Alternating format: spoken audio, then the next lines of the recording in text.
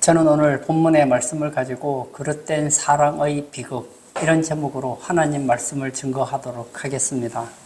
우리 삶의 매자리는 마치 무엇인가를 심는 것과 같습니다. 그런 의미에서 우리의 삶은 영적인 농사와 같다고 할 수 있습니다.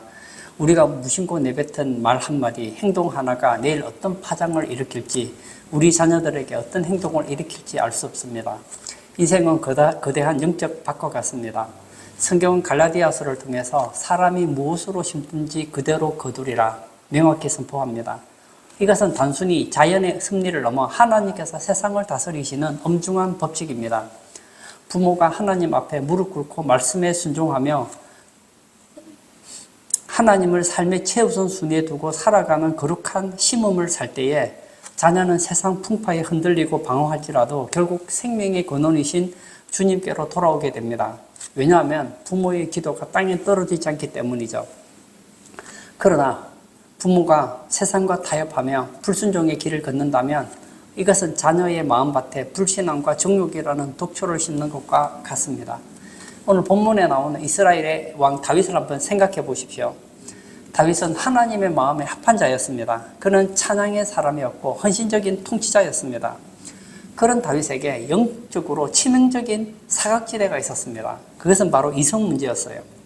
그는 아내를 여러 명 두고 있었을 뿐만 아니라 예루살렘 궁전에서도 지속적으로 새로운 여인을 가까이 했습니다. 당시 왕시대 문화로는 그것이 힘의 상징이자 통념이었을 수 있습니다. 그러나 한 남자와 한 여자가 합하여 한 몸을 이룰지니라 하신 하나님의 창조 질서에서는 어긋나는 행위였다는 거예요. 특히 남의 아내인 밧세바를 취하고 그 죄를 덮기 위해 충직한 신하 우리아를 살해한 사건은 다윗 가문의 영적 토양을 심각하게 오염시킨 결정적인 사건이 되었다는 것입니다. 제가 예를 듣기 위해서 한 가지 예를 들어볼까요? 어떤 건축가가 집을 지었습니다. 그것은 화려하게 지었어요. 그런데 기초공사에서 많은 자재를 빠뜨렸습니다. 겉으로 볼 때는 괜찮아요. 그런데 내용은 부실해요. 지금 당장은 비바람이 불어도 괜찮은 것 같아요. 겉으로도 멀쩡한 것 같아요. 그러나 세월이 지나서 제 부모님이 자녀에게 집을 물려주었습니다. 그럼 어떻게 될까요? 천장에 금이 가고 부실해서 곰팡이가 피고 집에 자꾸 문제가 생기는 거예요. 부모는 자녀에게 나름 좋은 집을 준다고 줬어요. 그런데 좋은 집이 아니죠. 부실한 집을 주니까 자녀의 삶에 위태로울 수밖에 없게 되었다는 거예요. 다윗의 장남 암논이 이복 동생 다말을 향해 품었던 이 뒤틀린 욕망은 어느 날 갑자기 생긴 우연이 아닙니다. 다윗이 그동안 심었던 불순종과 정욕의 씨앗이 자녀 세대에서 터져나온 비극적인 열매였다는 겁니다. 우리는 어떻습니까? 우리는 지금 무엇인가를 심고 있는 농부라고 생각해야 됩니다. 내가 무엇인가 씨를 심었어요. 그럼 뭔가를 거두겠죠. 나는 지금 자녀를 위해서 무엇을 심고 있습니까?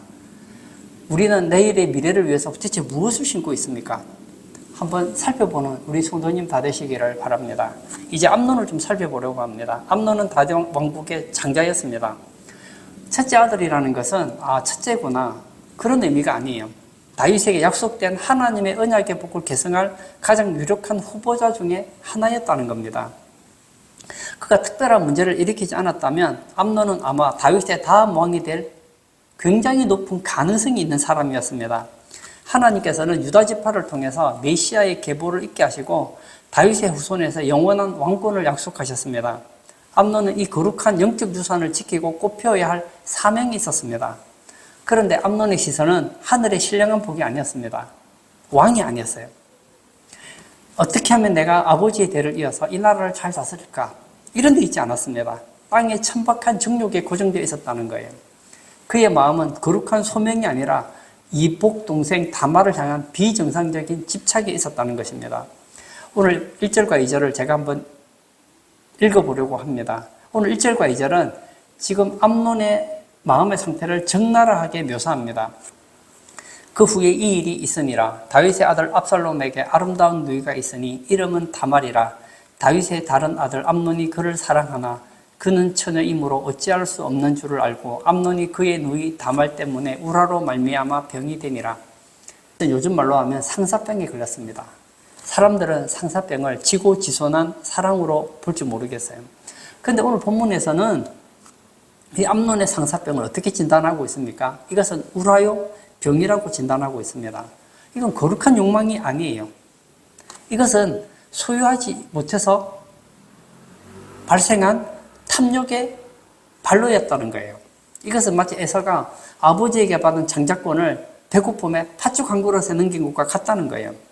장차 이스라엘을 다스릴 왕으로서 갖춰야 할 절제와 덕망 대신에 육체의 소욕을 얻기 위해서 굴복한 것과 같습니다.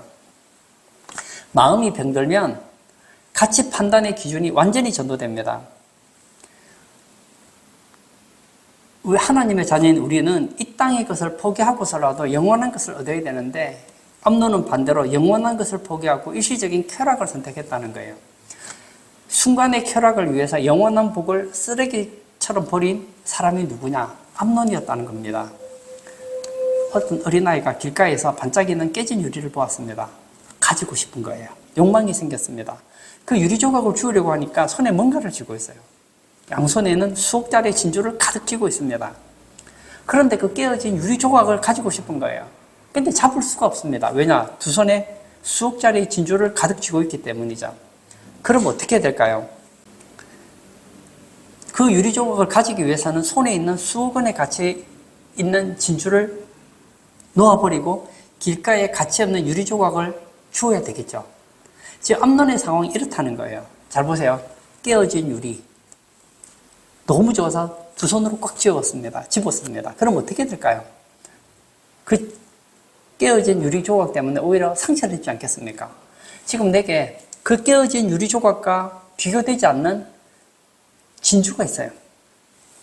암논은 왕자라는 고귀한 신분과 앞으로 장차 하나님의 기름 부음 받을 왕이라는 찬란한 미래가 있었습니다. 제가 이런 말을 하면 오해할지 모르겠지만 암논이 지금 이 정욕을 잘 이기고 왕으로서 수행을 잘했다면, 왕이 될 준비를 잘했더라면 나중에 왕이 되었을지도 모릅니다. 암논이 왕이 되고 봐요. 그의 여동생 다말이 굉장히 예뻤던 것 같아요. 그러나 여러분 잘 생각해 보세요. 외모도 한순간이에요. 제가 TV에 연예인들 나와서 보면 참 예쁜 연예인들이 많은 것 같아요. 여자 연예인도 있고 남자들도 보면 잘생기고 예쁜 연예인들이 많아요. 근데 나이가 들면 젊을 때만큼 그 상큼함은 없더라고요. 이제 암논이 나중에 왕이 되었어요. 그럼 나이가 이제 어느 정도 중년의 나이가 되었을 거 아닙니까? 아버지 다윗이 죽고 나면 뭐 나이가 한 40대나 50대 됐을 거 아니에요? 그리고 나서 그 이스라엘에 예쁜 여자가 없겠습니까? 아무리 다말이 예쁘다고 한들 뭐 40, 50대인 다말보다 젊은 여자들이 더 예쁜 여자들이 많지 않겠습니까? 그런데 지금 당장 다말을 가지고 싶다는 그 욕망 때문에 마치 자기 두 손에 진주를 가지고 있는데 그 진주를 버리고 깨어진 요리 조각을 갖는 그런 사람이 누구냐? 바로 암논이었다는 거예요. 제가 어릴 때 구슬치기를 참 잘했습니다. 아마 동네에서 세 손가락 안에 들 만큼 구슬치기를 잘했어요. 전 딱지치기도 굉장히 잘했습니다. 그러던 제가 이제 초등학생이 되어서 학교를 갔어요. 우리 반에 초등학교 1학년 때 이야기예요. 우리 반에 자기 동네에서도 구슬치기를 제일 잘한다는 학생이 있더라고요. 제 안에서 막 거룩한 열정이 일어나는 거예요. 그래? 그럼 나랑 한번 구슬치기 하자. 아마추어와 프로의 차이가 뭔지 아십니까? 아마추어는 집에 가야 구슬이 있는데 나 같은 프로는 항상 가방에 구슬과 딱지가 있어요. 그래서 가방 안에 있는 그 구슬을 들고 그 친구 동네로 갔어요. 왜냐, 그 친구는 가방에 구슬이 없었거든요. 그 동네에 제가 이제 원정 출장을 간 것이죠. 그리고는 구슬치기를 했어요. 만만치가 않아요. 구슬을 따고 읽고 하다 보니까 저녁이 된 거예요. 분명히 학교 갈 때는 아침에 갔는데 집에 왔을 때 저녁이 되었어요. 구슬이 많으니까 얼마나 기분이 좋은지 몰라요. 그뿐만이 아닙니다. 그 껍데기를 가지고 이제 딱지를 만들어서 그렇게 딱지를 치는데 얼마나 딱지를 많이 모았는지 포대자루에 딱지를 가득 채웠습니다. 얼마나 든든한지 몰라요. 이제 제가 나이가 들었는데요. 저희 집에는 구슬이 하나도 없습니다. 예전에 땄던 그 수많은 구슬들, 수백 개 되는 구슬, 수백 장 딱지가 하나도 없습니다. 다 버렸어요. 게임할 때는 좋아요. 그냥 그 정도예요. 그거 팔아서 10원도 안 쳐줘요. 제가 여러분에게 하고 싶은 얘기 이거예요. 내가 지금 중요하게 여기는 거, 정말 하늘에 산 것과 비교해 볼 때 정말 가치 있습니까? 사람은 자기가 가치 있는 것을 위해서 자기 시간을 낭비하잖아요. 내가 지금 낭비하고 있는 그 시간들, 내 인생을 소비하고 있는 그 시간들이 정말 가치 있는 것 맞습니까? 마치 딱지 같지 않아요? 구슬치기 같지 않습니까? 지금 당장은 이게 있으면 나을 것 같지만 있으면 좋아요. 저도 어릴 때 딱지치기 하니까 좋더라고요. 근데 나이가 드니까 딱지치는 친구도 없고 구슬치기 하는 친구도 없어요. 초등학교 초반에만 했지 5, 6학년 되니까 구슬치는 애도 없고 딱지치는 애들도 없더라고요. 여러분, 이게 우리 현실이에요. 이 땅에서만 생각해 볼게요. 지혜로운 사람은 지금 당장을 보지 않습니다. 미래를 위해 투자를 한다고 해요. 저는 우리 성도님들도 그렇게 되었으면 좋겠어요. 이 세상에 살아가는 사람 중에 지혜로운 사람은 젊을 때 노년을 준비합니다. 어린 시절에 젊을 때를 생각해요. 근데 신앙의 사람은 그 정도 수준에서는 안 돼요. 이 땅에 살 때에 천국의 삶을 바라봐야 된다는 거예요. 지금 암논은 이복 동생 다말 때문에 상사병에 걸려서 어찌할 바를 알지 못합니다. 병이 들어서 지금 막 살이 빠지고 있는 중이었어요. 이런 암논에게는 요나답이라고 하는 사촌이자 친구가 있었습니다. 성경은 요나답을 가리켜 심히 강교한 자라고 얘기했습니다. 이 강교하다는 말은 지혜롭지만 그 지혜를 악한 목적으로 사용하는 자를 뜻한다는 거예요. 암논이 욕망 때문에 수척해지자 요나답이 눈치가 빨라요. 그리고 질문을 합니다. 왕자여, 요즘에 왜 이렇게 수척해졌느냐? 나에게 이야기해달라. 무슨 얘기입니까? 나에게 이야기해주면 너의 문제를 해결하도록 도와주겠다는 거예요. 나의 지혜를 너에게 주겠다는 거예요. 그래서 얘기하죠. 내가 이복 동생 다말을 너무 좋아하는데 우리는 관계를 가질 수 없는 사이라서 내가 마음이 상해서 지금 힘들어하고 있다 이래요. 여러분, 옛날에 왕이 있죠. 왕이 사는 왕궁이 있잖아요. 그러면 공주가 있고 왕자가 있잖아요. 보면 왕자들마다 자기 궁이 있어요. 공주들이 사는 궁이 있어요. 근데 왕자가 공주 집에 함부로 갈 수가 없거든요. 명분이 있어야 된단 말이에요. 그리고 만약에 다말 집에 갔어요. 다말이 있는 궁에 갔다고 한들 그 다말의 궁에 사람들이 얼마나 많습니까? 거기서 무슨 사고를 치기는 어렵지 않습니까? 그러면 다말이 자기가 사는 궁에 와야 되는데 문제는 오게 할 명분이 없는 거예요. 다말을 보고 싶고 안고 싶고 사랑을 나누고 싶은데 안 되는 거예요. 그랬더니 요나답이 얘기를 들어요. 그리고는 지혜를 줍니다. 그러나 요나답은 암논을 살리는 친구가 아니라 그를 멸망의 구덩텅이로 몰아넣는 사탄의 대림과 같은 존재였습니다. 5절에 보면 요나답의 강교함이 극에 달합니다. 제가 5절을 읽겠습니다. 요나답이 그에게 이르되 침상에 누워 병든 채하다가 내 아버지가 너를 보러 오거든 너는 그에게 말하기를 원하건대 내 누이 다말이 와서 내게 떡을 먹이되 내가 보는 데서 떡을 차려 그의 손으로 먹여주게 하옵소서 하라 하니 참된 지혜자, 참된 상담자는 내담자가 죄의 길에서 돌이켜 하나님께로 돌아오도록 합니다. 때로는 뼈아픈 책망을 해서라도 멸망의 길을 막아서게 합니다. 그런데 요나답은 어떻습니까? 암논의 잘못된 욕망을 이해와 전략이라는 이름으로 포장해서 정당화시켜 주었습니다.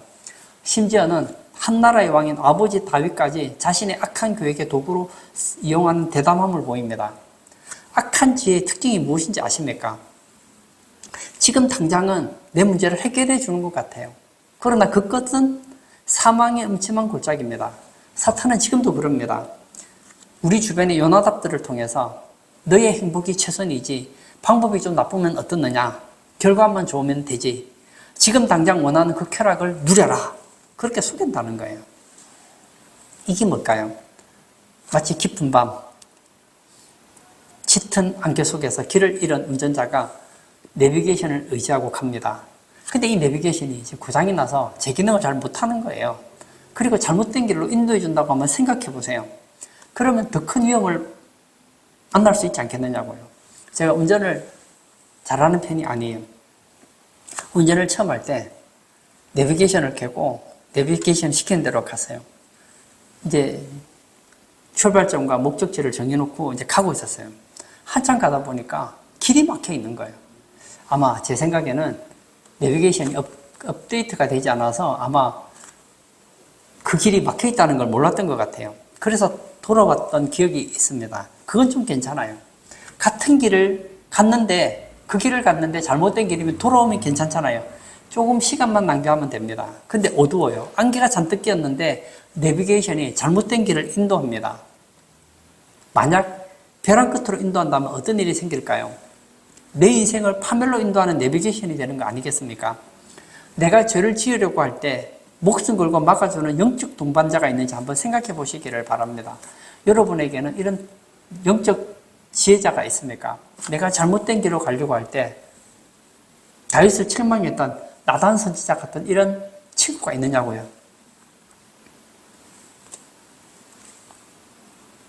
여러분 주변에는 여러분이 어렵고 힘들고 여러분이 어렵고 힘들 때에 여러분을 위해서 지금 당장은 가슴 아프고 마음 상하지만 여러분들에게 꼭 필요한 조언을 해줄 수 있는 그런 사람이 있습니까? 아니면 지금 당장 내가 어려워하는 문제를 풀어주는 것 같지만 나를 사망의 구렁텅이로 몰아넣는 친구가 있지는 않습니까? 한번 생각해 보자고요. 암논의 문제가 무엇입니까? 그가 힘들 때 그를 도와줄 친구가 있었어요. 그러나 그 친구는 암논이 지금 원하는 문제를 해결해 줄 수는 있지만 그것이 암논의 미래에 전혀 도움이 되지 않는 그런 사악한 지혜였다는 거예요. 반대로 내 입장에서 한번 생각해 볼까요? 내 주변에 어떤 사람이 힘들어서 어려움을 당하고 있습니다. 그런데 잘못된 결정을 하려고 합니다.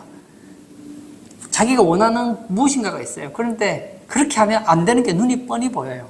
그럴 때 여러분은 어떻게 하십니까? 요즘 상담하는 방식으로 그랬구나, 그럴 수도 있지. 그리고 지금 당장 그가 좋아하는 말, 듣기 좋아하는 말을 주는 그런 위로자, 오늘 본문에 나온 요나단 같은 그런 상담자는 아닙니까? 그렇지 않으면 이런 말을 하면 상대방과 관계가 조금 껄끄러워질 수도 있지만 그 친구가 정말 내게 도움을 원할 때 따끔하게 하나님의 진리의 말씀으로 하나님의 공의를 전하십니까? 한번 돌아보자는 거예요. 다윗은 이 비극적인 사건의 전개 과정에서 아주 뼈아픈 실책을 저지릅니다. 다윗이 암논을 굉장히 좋아했습니다. 그렇겠죠. 첫째 아들이니까요. 그런데 이 다윗은 자녀들을 너무너무 사랑했습니다. 그런데 그 사랑 때문에 영적인 분별력을 완전히 상실한 거예요. 그의 장남 암논이 알아누웠다는 소식을 듣고 다윗이 한 걸음에 달려갑니다. 아버지의 당연한 마음이죠. 그런데 암논이 아버지에게 이상한 요구를 합니다. 여동생 다말이 직접 만든 과자를 내 입에 넣어주면 제가 나을 것 같습니다. 상식적으로 말이 안 되는 얘기 아닙니까? 아파요. 그러면 누구를 보내야 됩니까? 다말을 보낼 것이 아니라 의사를 보내야죠. 그리고 다말이 맛있는 과자를 만들어서 먹여주면 나을 것 같다. 만약 맛있는 과자를 먹어서 나을 것 같으면 그 이스라엘에 요리 잘하는 사람이 얼마나 많겠어요. 제가 잘은 모르겠지만 다말이 뭐 요리 잘한다고 해도 이스라엘 최고의 요리사들과 비교가 되겠습니까? 비교도 안 되죠. 왜 하필이면 아들이 아픈데 예쁜 여동생 다말이 와서 직접 과자를 만들고 그 과자를 왜 입에 직접 넣어주어야 낫느냐는 것이죠. 여기에는 뭔가 음침한 생각이 있다는 것을 내포하고 있습니다. 정상적인 사람이라면 지금 암논이 뭔가 이상한 생각을 한다는 걸 눈치챌 수 있습니다. 그런데 다윗은 아들을 향한 인간적인 애정에 눈이 멀었기 때문에 그 요구를 허락하고 맙니다. 다윗의 이 방심이 참사를 불러일으킵니다. 7절을 제가 한번 읽어볼까요? 다윗이 사람을 그의 집으로 보내 다말에게 이르되 이제 내 오라버니 암논의 집으로 가서 그를 위하여 음식을 차리라 한지라. 아버지의 명령이고 왕의 명령이기 때문에 오라버니 집으로 향합니다. 평소 같으면 안 갔을 거예요. 그리고는 가서 이제 밀가루 가지고 뭐 과자를 만들었겠죠. 그러다 결국 어떻게 됩니까? 오라버니에게 겁탈을 당하잖아요. 왜 이렇게 되었습니까? 암논이 잘못한 것이죠. 요나답이 잘못한 것이죠. 그러나 아버지가 무분별하게 허락하고 방관했기 때문에 그의 사랑하는 딸을 짐승 같은 오라버니에게 넘겨주게 되었다는 거예요. 우리도 마찬가지입니다. 자녀를 사랑하지 않는 부모가 어디 있겠습니까? 그러나 자녀가 내게 요구한다고 다 해주는 게 좋은 부모가 아니에요. 암논이 아버지에게 아버지 저희 이복 누이 다말이 와서 음식을 만들어서 내 입에 직접 넣어주면 제가 나을 것 같습니다. 그걸 들어주는 것이 사랑이 아니라는 거예요. 어떤 아이가 아빠 나 독이 든 사탕이 먹고 싶어요. 그래? 나는 너를 사랑한단다. 내가 원한다면 나는 독이 든 사탕을 얼마든지 줄 수 있다 하고 내놓는 아버지가 어디 있겠습니까? 이건 사랑이 아니에요. 방임이고 영적 직무유기라는 거예요. 우리도 그렇습니다. 제가 요즘 부모님들을 보면서 느끼는 것이 있습니다. 자녀를 사랑하지 않는 부모가 누가 있겠습니까? 그런데 자녀가 잘못했는데 야단을 치지 않아요. 좋다 합니다. 그게 잘하는 게 아니라고요. 우리나라 속담에 그런 말 있잖아요. 할아버지가 손자가 귀여워서 좋다 하면 나중에 어떻게 한다죠? 할아버지 수염을 잡아당긴다고 하잖아요. 아이는 어리기 때문에 생각이 없어요. 자녀가 원하는 대로 하면 안 됩니다. 우리 안에는 죄성이 있기 때문이죠. 아동에 대해서 많은 심리학자들이 이렇게 얘기하죠. 상담학자들은 어린아이 마음은 백지와 같다고 말을 합니다. 자녀 키워보세요. 아이들의 마음이 백지인지. 백지 아닙니다. 우리 자녀들의 마음은 죄란 오물이 떨어져 있는 존재예요. 가만히 놔두면 안 된다는 거예요. 중국의 사상에 보면 인간은 선한 거냐 악한 것이냐 여기에 대해서 서로 다른 견해가 있습니다. 인간은 날 때부터 선하다. 성선설. 인간은 악하다. 성악설. 어느 것이 맞느냐? 그건 제가 좀 이따 얘기하고요. 인간은 선하다. 맹자의 입장이죠. 그런데 실제로 보면 인간이 선하다고 했는데 악한 인간들이 너무 많거든요. 여기에 대해서 맹자는 어떻게 얘기합니까? 인간이 선한 것은 맞지만 내버려두면 나쁜 사람이 된다. 그러므로 교육해야 된다. 그래야지 그 선한 사람이 계속 선하게 살 수 있다. 이것이 성선설입니다. 그럼 성악설을 주장하는 순자는 어떻습니까? 사람은 날 때부터 악하다. 근데 우리 주변에 보면 착한 사람 있잖아요. 이건 어떻게 된 거냐? 인간은 악한 존재이다. 그러므로 가만히 내버려두면 점점 악한 존재가 된다. 끊임없이 가르치고 교화를 시키면 선한 사람이 될 수 있다. 이게 뭐죠? 중국의 유명한 성선설과 성악설입니다. 인간은 성선설입니까? 성악설입니까? 성경의 입장을 한번 볼까요? 성경적으로 보면 인간은 성선설이 맞아요. 왜냐? 인간은 원래 죄가 없었거든요. 근데 아담과 하와가 범죄한 이후로 모든 인간은 악을 가지고 태어납니다. 성악설이에요. 그럼 인간의 머리부터 발끝까지 마치 백지장으로 보면 백지장이 전부 새까맣느냐? 그렇지 않다는 거예요. 우리는 원래부터 선한 존재예요. 그러나 우리 마음속에는 죄라는 오물이 묻어 있다는 거예요. 그러므로 우리가 자녀들을 신앙으로 잘 양육하지 않으면 그 악이 확장된다는 거예요. 자녀가 잘못되는 걸 방임하면 자녀들은 점점 악해집니다. 결국 암논은 다말을 겁탈하기로 마음을 먹잖아요. 다말이 맛있는 과자를 만들어서 드시라고 하니까 암논이 먹지를 않는 거예요. 암논이 지금 뭐 과자 먹으려고 다말을 부른 게 아니잖아요. 그래서 신하들이 지금 암논과 다말 주위에 있잖아요. 다 나가라. 사람들이 보고 있는데 어떻게 관계를 가질 수 있습니까? 그래서 다 내보냈어요. 그리고는 아픈 척하면서 침실로 갑니다. 내가 침실로 갈 테니까 음식을 가지고 와라. 음식을 가지고 오면 내가 그 과자를 침실에서 너가 주면 먹겠다. 그래서 이제 다말이 그 만든 과자를 가지고 침실로 가죠. 그리고 오라버니에게 먹이려고 하죠. 그랬더니 갑자기 이 암논이 아프다는 암논이 갑자기 힘을 발휘해서 다말을 넘어뜨립니다. 다말이 거부하고 애원을 함에도 불구하고 힘으로 그의 여동생 다말을 굴복시키고 범죄를 저지릅니다. 근데 암논을 한번 생각해 보세요. 다말을 얻지 못해서 상사병까지 앓았던 암논입니다. 그런데 이 암논이 욕구를 채우자마자 어떻게 됩니까? 180도 돌변하더라는 거예요. 성경은 암논이 다말을 사랑했던 마음보다 그녀를 미워하는 마음이 훨씬 더 커졌다고 기록하고 있습니다. 이것이 정욕의 민낯입니다. 정욕이라는 것은 상대를 존경하는 인격체로 대하는 것이 아니라 자신의 쾌락을 채우기 위한 소비재로 전락시킨다는 거예요. 15절의 묘사는 참으로 잔인합니다. 제가 한번 읽어볼까요? 그리하고 암논이 그를 심히 미워하니 이제 미워하는 미움이 전에 사랑하던 사랑보다 더한지라. 암논이 그에게 이르되 일어나 가라 하니, 다말은 갑자기 자기를 겁탈해 놓고 내쫓는 거예요. 그래서 얘기하죠. 아까 나에게 행한 악보다 이건 더 크다고 눈물로 호소합니다.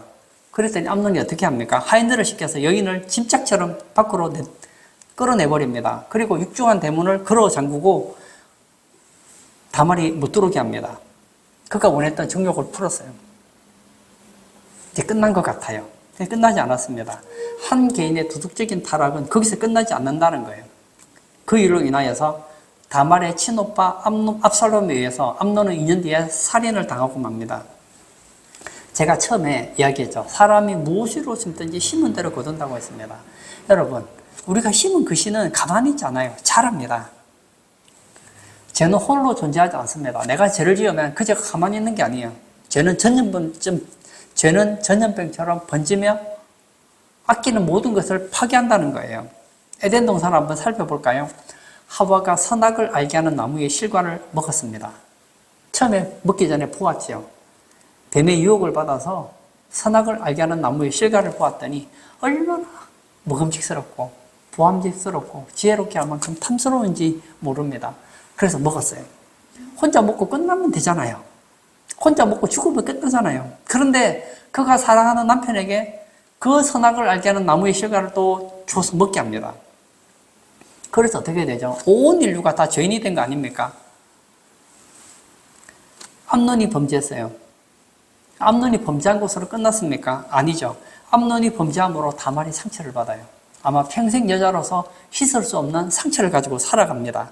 그리고 그의 다말의 친오빠 압살롬에게는 살인에 대한 복수심을 불러줍니다. 제가 파장을 일으킨다는 거예요. 여름에 가끔씩 보면 이 불꽃놀이를 하는 경우를 우리가 보잖아요. 얼마나 화려합니까? 하늘에서 바바바바 불꽃이 튀면 멋있잖아요. 근데 만약에 그 불꽃이 마른 땅에 떨어지면 어떻게 됩니까? 건조한 그런 풀밭에 떨어지면 어떻게 됩니까? 처음에는 별로 표가 안 납니다. 그러나 한번 붓기 시작하면 어떻게 되죠? 온 산을 태우고 수많은 생명을 앗아갈 수 있는 그런 불이 되지 않습니까? 암논의 이기적인 욕망은 처음에는 그냥 욕망에서 시작됐어요. 그런데 그 욕망이 다말의 평생을 망가뜨립니다. 다윗의 왕조를 저주와 분열의 소용돌이로 몰아넣었다는 거예요. 내가 쫓는 쾌락, 내가 원하는 그 만족, 그것이 하나님이 기뻐하지 않는 삶이라면 나중에는 허무하고 파괴적이 된다는 거예요. 여러분도 원하는 삶이 있을 겁니다. 그것이 과연 하나님 보시기에 선한 것인지 한번 돌아보시기를 바랍니다. 내가 하는 이 행동들이 나에게는 기쁨이 되는데 혹시 아내에게, 남편에게, 자녀에게, 이웃에게 상처가 되지 않는지 한번 돌아보시기를 바랍니다. 저는 오늘 이 비극적인 드라마를 보면서 소름 끼칠 정도로 유사한 패턴을 발견하게 됩니다. 이 아들 암논의 범죄 수법이 아버지 다윗이 밧세바를 범할 때 모습과 너무나 놀랍도록 닮아 있다는 거예요. 다윗이 왕궁 옥상을 거닐다가 아름다운 여인을 보고 정욕의 포로가 됩니다. 암논 역시 아름다운 동생 다말을 보고 정욕의 포로에 빠지게 됩니다. 다윗이 권력을 이용해서 우리아의 아내를 강제로 취했습니다. 암논은 왕자의 지위를 이용해서 누이를 범했습니다. 다윗이 죄를 감추기 위해서 살인이라는 더 큰 죄를 지었듯이 이 사건 역시 결국 살인이라는 참혹한 대가를 치르게 되더라는 거예요. 심리학자들은 말하기를 자녀는 부모의 거울이라고 말합니다. 근데 성경은 이것을 영적인 영향력의 원리로 설명합니다. 다윗이 하나님의 거룩한 질서를 한번 무너뜨렸을 뿐인데 자녀들은 그 무너진 틈을 보고 자란다는 거예요. 부모가 자녀에게 말합니다. 하나님을 경외하라. 그러면서 부모가 은밀한 죄를 짓는다면 자녀들은 부모의 삶을 따르는 것이 아니라 부모의 삶을 보면서 생존 방식을 배운다는 거예요. 제가 TV에서 이런 이야기를 종종 보았습니다. 어떤 부모님이 알코올 중독자예요. 아들에게 얘기하는 거예요. 내가 술을 먹어보니까 술은 나쁜 거야. 먹으면 안 돼. 근데 본인은 알코올 중독자니까 술을 홀짝홀짝 마셔요. 아들을 훈계합니다. 술은 나쁘니까 마셔서는 안 돼. 근데 신기한 것은 알코올 중독자 부모치고 자녀가 알코올 중독자 되기를 원하는 부모는 거의 없습니다. 정상적인 부모라면 말이죠. 그런데 알코올 중독자의 자녀 중에 상당히 많은 자녀들이 알코올 중독자가 된다는 거예요. 왜죠? 부모가 알코올 중독자이기 때문에 자녀가 알코올 중독되지 않기를 바라는데 오히려 그 아버지가 술 마시는 그 모습을 보고 오히려 술을 더 배우더라는 거예요. 제가 어릴 때 돌이켜보면 저희 아버지는 담배를 피셨어요. 그런데 담배를 피니까 몸에 안 좋으셔서 끊으려고 하더라고요. 몇 번 실패하다가 드디어 담배를 끊었어요. 제가 보면서 깨달았죠. 한번 담배 피는 사람이 담배 끊는 게 참 힘들구나. 근데 담배를 끊고 나니까 그렇게 뭐가 허전한가 봐요. 그래서 그 담배는 끊었는데 담배를 피기 전까지는 아버님이 술을 거의 안 드셨거든요. 그런데 담배를 끊고 나서 허전하셔서 술을 조금 드셨어요. 아버님이 원래 술을 못 하셨어요. 담배 피고 싶은 욕망을 대신하기 위해 술을 조금 마셨어요. 근데 이게 웬일입니까? 처음에는 술을 반 잔도 못 마셨던 아버지가 한 달, 두 달, 1년, 2년 지나니까 나중에는 술을 한 잔, 두 잔, 반병, 한 병씩 마시더라고요. 근데도 안 취하셔요. 저는 담배 피고 술 마시는 아버지의 자녀로 태어났는데 왜 저는 술도 안 하고 담배를 안 할까요? 그 이유는 저희 아버님이 제게 너는 술 마시면 안 된다, 담배 피면 안 된다. 그 말에서 제가 술, 담배를 안 하는 게 아닙니다. 제가 경건하게 될 수 있었던 이유는 바로 교회 생활에 있었습니다. 제가 교회 생활을 하다 보니까 제 주변의 사람들이 술을 하지 않아요. 담배를 하지 않아요. 그래서 성경을 보면서 성경의 가르침에 술을 멀리하라, 술 취하지 말라 이런 말씀들이 있더라고요. 그러다 보니까 어떻게 되었죠? 술에 대한 영향력을 받지 않았고 담배에 대한 영향력에서 멀어질 수 있었다는 거예요. 저도 마찬가지입니다. 한번 내버려두면 가만히 있는 게 아니에요. 저희 아버님이 처음에 술을 조금 마셨어요. 이 시간이 지나니까 술이 점점 양이 늘어나는 거예요. 저도 마찬가지입니다. 마치 산불과 같아요. 담배를 피우다가 건조한 산에 던졌습니다. 그러면 처음에는 조금 물 붙는 것 같아요. 그런데 건조한 산에 시간이 지나면 어떻게 되죠? 바람이 불면 이제 온 산을 불바다가 되는 걸 보지 않습니까? 여러분의 자녀를 한번 생각해 보세요. 여러분의 자녀들의 못된 모습을 보면서 여러분의 모습이 보이지 않습니까? 어떻게 내 자녀가 나의 이 못된 모습을 보고 닮았는가? 그때 우리는 깨닫죠. 내 자녀는 내 말이 아니라 내 삶을 보고 배웠구나. 결론을 짓고자 합니다. 오늘 우리가 나눈 내용은 다윗 왕가의 비극이 아닙니다. 수천 년 전에 다른 나라 이야기가 아닙니다. 우리의 안방에서, 우리 직장에서, 우리 삶의 현장에서 일어나는 사건입니다. 그러므로 우리는 첫 번째 나의 뒷모습을 거룩하게 가꾸어야 합니다. 자녀들은 나의 앞모습에 감동받지 않아요. 집에서 화가 났을 때 내뱉는 말, 그리고 주의를 지키는 태도, 돈을 사용하는 방식, 이런 것들을 통해서 하나님을 배웁니다. 내가 선택한 삶의 방식이 자녀의 영혼을 살리는 생명수가 되기도 하고 나의 자녀를 망치는 불씨가 되기도 한다는 거예요. 두 번째, 거짓된 지혜의 소리를 분별하며 차단해야 한다는 거예요. 암논이 산사병에 걸렸습니다. 그런데 만약 그의 주변에 요나답이 없었다고 한번 생각해 보세요. 그러면 다말을 사모하는 마음은 있지만 어떡하겠어요? 어쩔 수가 없잖아요. 그냥 그러다가 아버지 다윗이 결혼하라 그러면 자기 마음에 맞는 여자 만나서 결혼하고 행복하게 살았을지 모릅니다. 그런데 이 요나답이라는 친구가 암논의 욕망을 성취하도록 도와준 거예요. 오늘날에도 마찬가지입니다. 요나답과 같은 세상의 소리, 미디어의 소리, 잘못된 조언들이 얼마나 많은지 모릅니다. 그런 조언들을 들으면 당시에는 달콤합니다. 나를 위해 주는 것 같고 나를 도와주는 것 같아요. 근데 뒤를 돌아보면 어떻죠? 나의 인생을 파멸로 이끌어 간다는 거예요. 세 번째, 자녀의 거룩을 위해서 생명 걸고 기도해야 된다는 거예요.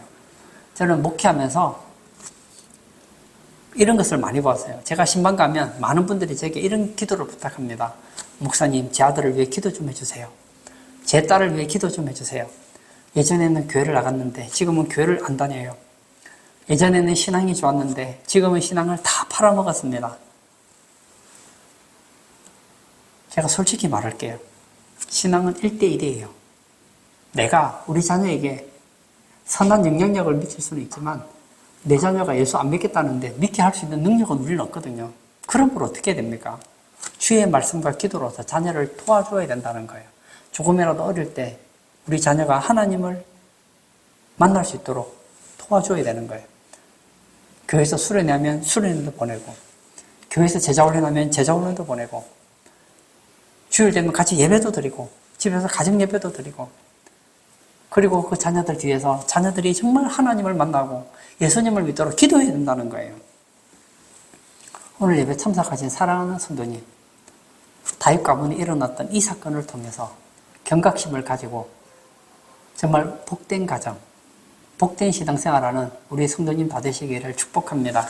이 시간 한번 같이 기도하기를 원합니다. 우리가 생각하는 다윗, 하나님의 마음에 합했던 다윗이라면 그 집의 가문이 어떻게 되겠습니까? 아무 문제 없어야 되는 거 아닙니까? 그러나 이게 웬일입니까? 그렇게 하나님 앞에서 바르게 살았던 다윗의 가문에 불륜이 일어납니다. 나중에 살인이 일어납니다. 나중에 자녀가 왕이 되겠다고 아버지를 죽이려고 합니다. 우리의 가정이 그렇게 되지 않는다고 누가 장담할 수 있겠습니까? 어쩌면 지금은 내가 너무너무 사랑하는 내 자녀가 나에게 피눈물을 나게 할지 누가 압니까? 지금은 내가 그렇게 사랑하는 내 자녀가 나중에 나를 죽이려고 할지 누가 알겠습니까? 미래는 아무도 모른다는 거예요. 우리 자녀의 미래는 누구도 예측할 수 없다는 거예요. 우리는 부족합니다. 그러므로 하나님께 매달려야 되는 거예요. 하나님, 저는 부족합니다. 저의 이 부족함 때문에 우리 자녀들이 잘못된 길로 가지 않도록 도와주십시오. 이런 기도가 필요하다는 거예요. 이 시간 한번 같이 기도할 때 하나님의 은혜로 우리의 자녀들이 믿음 생활 잘하고 하나님이 기뻐하는 그런 복된 가정, 복된 자녀들 다 되게 해달라고 기도하시고 자유롭게 개인 기도하도록 하겠습니다.